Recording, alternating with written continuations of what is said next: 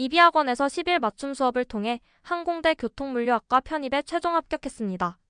그 외에도 한양대 경영학부 최종 합격, 한국외대 아랍어가 최종 합격, 건국대 국제무역학과 최종 합격, 홍익대 도거동문학과 최종 합격, 가천대 글로벌 경영학과 최종 합격, 국민대 언론정보학부 최종 합격, 명지대 영어영문학과 최종 합격, 성균관대 1차, 서강대 1차, 이화여대 1차, 숙명여대 1차, 중앙대 1차 이라는 결과를 얻을 수 있었습니다. 이비학원의 10일 수업의 경우 선생님들께서 학생에게 최대한 시간을 맞춰주십니다. 그 덕에 하루가 부족할 정도로 공부량이 많은 편입 영어에서 시간 활용을 효과적으로 할 수 있었습니다.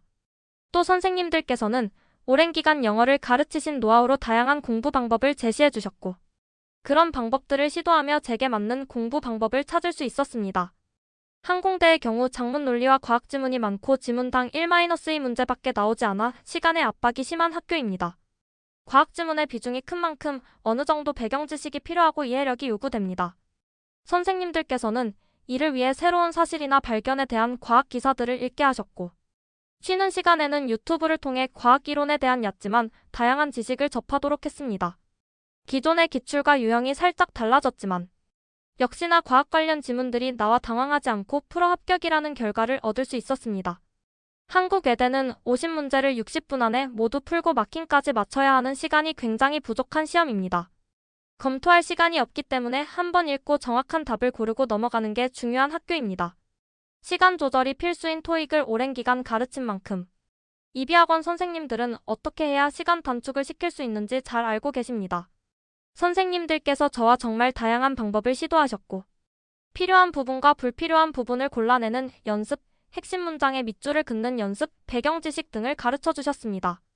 선생님들께서 계속 시키신 연습들을 통해 한 명 뽑는 과에 최초 합격할 수 있었습니다. 한양대의 경우 시간이 굉장히 촉박하고 작문 논리 문제의 비중이 큰 학교입니다. 그렇기 때문에 전체를 읽기보다는 빈칸 근처의 단서를 찾아 앞뒤만 간단히 확인하고 넘어가는 연습을 했습니다. 실전에서 불안감에 전체 지문을 다 읽다가 시간이 부족한 상황을 대비해 답을 자신있게 고를 수 있도록 선생님께서는 시간을 정해두고 단서를 정확히 찾는 연습을 할 수 있게 해주셨습니다. 2021년 시험은 이전의 기출문제들과는 유형이 바뀌었으나 여전히 논리 문제 비중이 컸고, 이런 연습 덕에 실전에서 시간을 줄이고 자신있게 답을 고를 수 있었고 합격이라는 결과를 얻을 수 있었습니다. 건국대는 유일하게 시험이 끝난 뒤 시험지를 가져갈 수 있게 해주는 학교입니다. 건국대는 시험 난이도가 쉬운 편이라 2개만 틀려도 과에 따라 불합을 받을 수 있는 학교입니다. 난해한 어휘나 배경 지식이 필요로 하는 지문이 나오지 않기 때문에 기본을 탄탄하게 쌓아두고 공부하는 사람이 최종 합격을 할 수 있는 시험입니다. 성균관대 같은 경우는 문제가 어렵다기보다는 헷갈리는 선지를 여러 개 줌으로써 실수를 하게 만드는 시험입니다. 그렇기 때문에 독해에서 이 글쓴이가 무엇을 말하고자 하는지 핵심 문장들, 그리고 의견에 바뀌는 문장을 밑줄을 치는 연습을 하고, 문제를 풀며 헷갈릴 때는 전체 문단을 다시 읽는 것이 아니라 밑줄로 돌아가 읽는 연습을 했습니다. 서강대의 경우 난이도가 높고 어휘의 수준이 굉장히 높기 때문에 서강대 대비를 위한 고급 어휘 목록을 따로 준비해 주셨습니다. 다른 학교들에서는 잘 나오지 않고 서강대와 중앙대에서 출제되는 난해한 어휘들이기 때문에 서강대나 중앙대를 목표로 하신다면 이런 단어까지? 라는 생각이 들어도 암기해야 합니다. 이화여대의 경우 마지막 템블랭크가 불합을 좌우한다고 생각합니다.